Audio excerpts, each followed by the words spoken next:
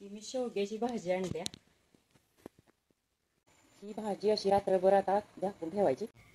दुसऱ्या दिवशी सकाळी या भाजीची पानं आपोआप खाली पडायला लागलेत। ही अशी जराशी झाडून घ्यायची। याची पानं आपोआप निघून पडतात। यातल्या बारीक काड्या ह्या अशा वेचून बाजूला काढायच्या। ही भाजी एका भांड्यामध्ये घ्यायची आणि स्वच्छ धुवून घ्यायची। आता हिला धुवून घेते। चूल पेटवून घेतले। चुलीवरती कढई ठेवायची आणि कढईमध्ये पाणी घातले।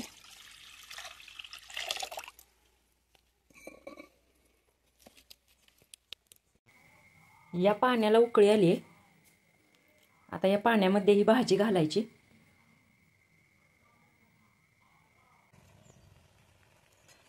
ही भाजी या पाण्यामध्ये अशी शिजवून घ्यायची।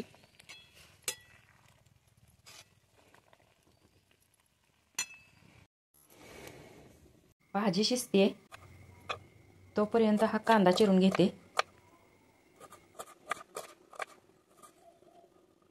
भाजीसाठी लागणारं साहित्य: एक चिरलेला कांदा, हळद पावडर, लाल तिखट, ही डाळ आहे, शेंगदाण्याचं कूट, हे तेल आहे आणि मीठ।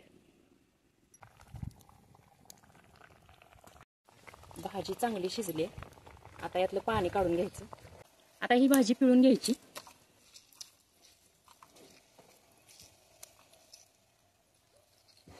ही बघा, ही अशी पिळून घ्यायची।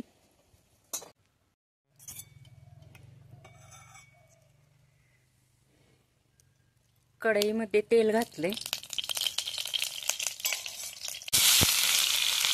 आता कांदा घातलाय।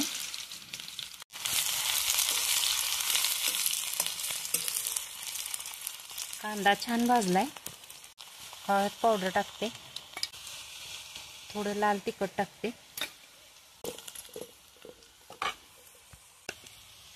याच्यामध्ये थोडी भिजवलेली डाळ घालते। आता याच्यामध्ये भाजी घालते।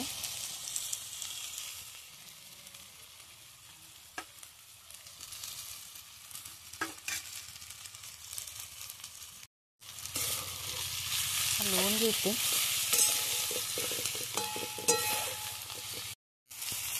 मीठ टाकते,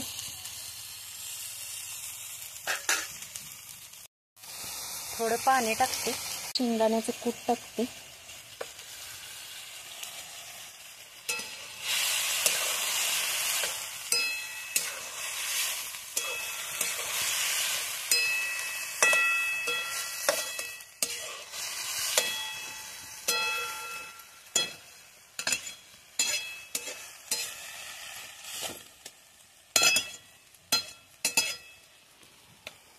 आणि आता ही भाजी एक 5 मिनिटं शिजवायची। याच्यावरती झाकण झाकते।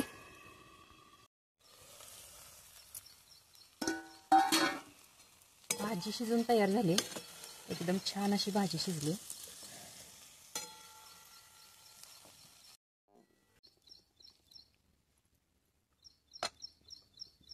आयुर्वेदिक शेवग्याची भाजी आवडली असेल तर चॅनलला लाईक करा, शेअर करा आणि सबस्क्राईब करा।